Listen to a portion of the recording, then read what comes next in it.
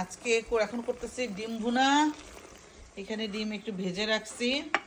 আজকে ভাবলাম ডিমটা কি বলে, এদিকে পেঁয়াজ আর কি বলে এখানে রসুন আদা এই সাইডে, আর এদিকে পেঁয়াজ বাটা, পেঁয়াজ ব্লেন্ড করা।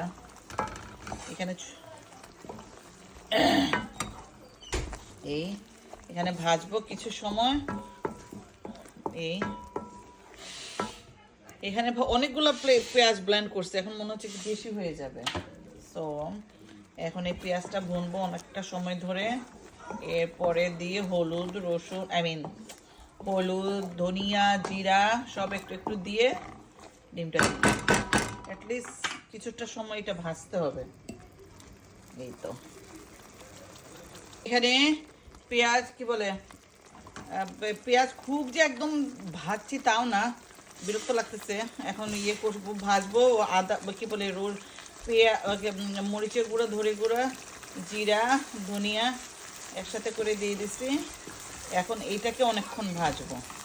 এইটা এখন নিশ্চিন্তভাবে আধা ঘন্টার মতো ভাজবো। এরপরে ইনশাল্লাহ ডিম চলে যাবে এই মশলার মধ্যে বসবাসের জন্য।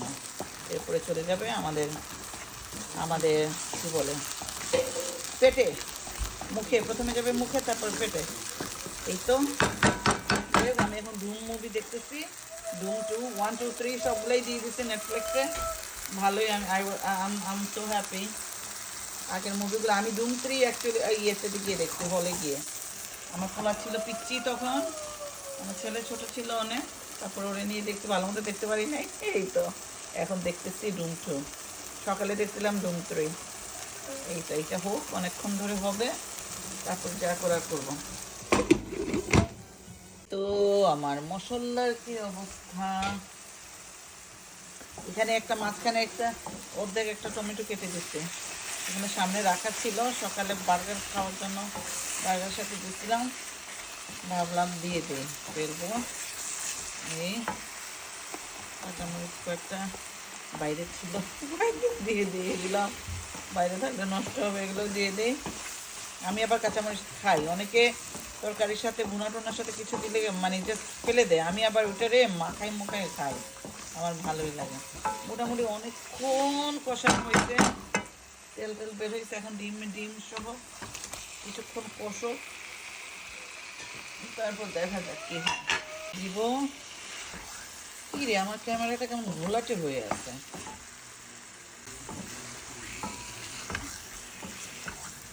একটু নেড়ে চেড়ে এভাবে থাকবে, অনেকক্ষণ হবে, একদম মাখা যাকে বলে ওইভাবে আধা ঘন্টার মতো রাখবো এটা।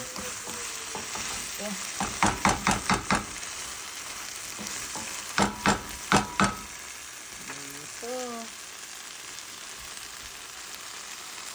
মূলা রান্না করছি, মূলা দিয়ে চিংড়ি, আর এটা ডিম ভুনা। থ্যাংকসগিভিং এর পরের দিনে ডিম ভুনা আর মূলা দিয়ে চিংড়ি। এই তো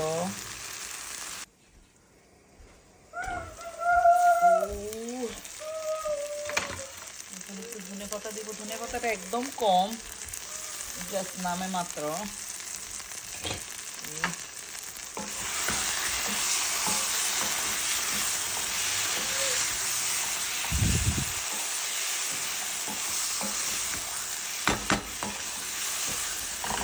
আর 5 মিনিট থাকবে,